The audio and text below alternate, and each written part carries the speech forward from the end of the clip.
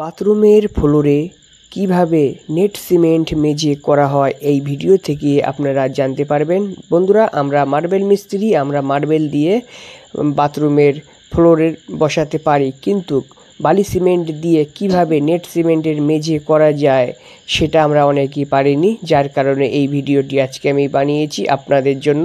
তাহলে চলুন বন্ধুরা, শুরু করা যাক এবং দেখে নেওয়া যাক। হ্যালো বন্ধুরা, আপনারা দেখছেন আপনাদের প্রিয় চ্যানেল মার্বেল ডিজাইন ETC-KHOKON। প্রথমে বাথরুমের ভিতরে সাদা বালি দিয়ে ভরাট করতে হবে, তারপরে সেটাকে পানি দিয়ে ভালোভাবে ভরাট করে সলিড করে নিতে হবে।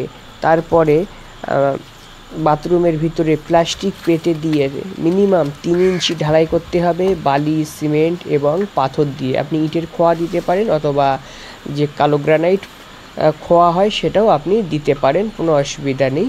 তারপরে আমরা যেভাবে মার্বেলের বসানোর সময় ফ্লোর লেবেল করি সেইভাবে আপনারা লেবেল করে নেবেন।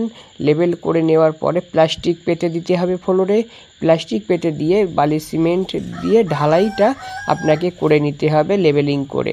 তার উপরে শুকনো সিমেন্ট এবং বালি দিয়ে উষো দিয়ে আপনাকে লেবেল করে নিতে হবে।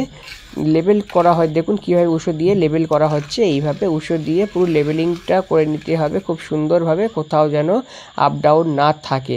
তারপরে যখন একটু শুকিয়ে যাবে তখন একটি ফুল ঝাড়ু দিয়ে সেটাকে ঝাড় দিয়ে উপরের বালিটাকে পরিষ্কার করে নিতে হবে। তারপরে কি করবেন, সিমেন্টের ঘোলা বানাবেন। আমরা যেমন টাইলস বসানোর জন্য যে সিমেন্টের ঘোলা বানাই ঠিক ওই রকমই বানাতে হবে, তবে একটু পাতলা পরিমাণে। তারপরে সিমেন্ট ঘোলাটা ওর উপরে দিয়ে দিতে হবে। দিয়ে 1 থেকে 2 বার ব্লাতিকনিক টেনে ওটাকে কোনো রকম ফিনিশিং করে রাখতে হবে। কিছু সময়ের জন্য সেটাকে শুকাতে দিতে হবে। আমি মার্বেলের কাজ ছাড়াও আরও অনেক ধরনের কাজ পারি। সেই কাজগুলি দেখতে হলে আমার আরেকটি চ্যানেল আছে, চ্যানেলের নাম KG ETC ব্লগ। সেই চ্যানেলটি আপনারা সাবস্ক্রাইব করে নিতে পারেন এবং ভিডিওগুলি দেখতে পারেন। এই ভিডিওর ডিসক্রিপশনে আমি ওই চ্যানেলের লিংক দিয়ে দেবো, আপনারা ওইখান থেকে চ্যানেলটি সাবস্ক্রাইব করে দেবেন এবং খুব সুন্দর সুন্দর কাজগুলো আছে, আপনারা দেখতে পারেন। ভিডিওটি দেখার জন্য ধন্যবাদ।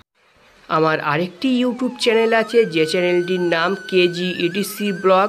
সকল ভিউয়ার্সের কাছে আমার একটি অনুরোধ, আপনারা আমার এই ছোট্ট চ্যানেলটি সাবস্ক্রাইব করে আমার এই চ্যানেলের একজন মূল্যবান সদস্য হয়ে যান। ধন্যবাদ।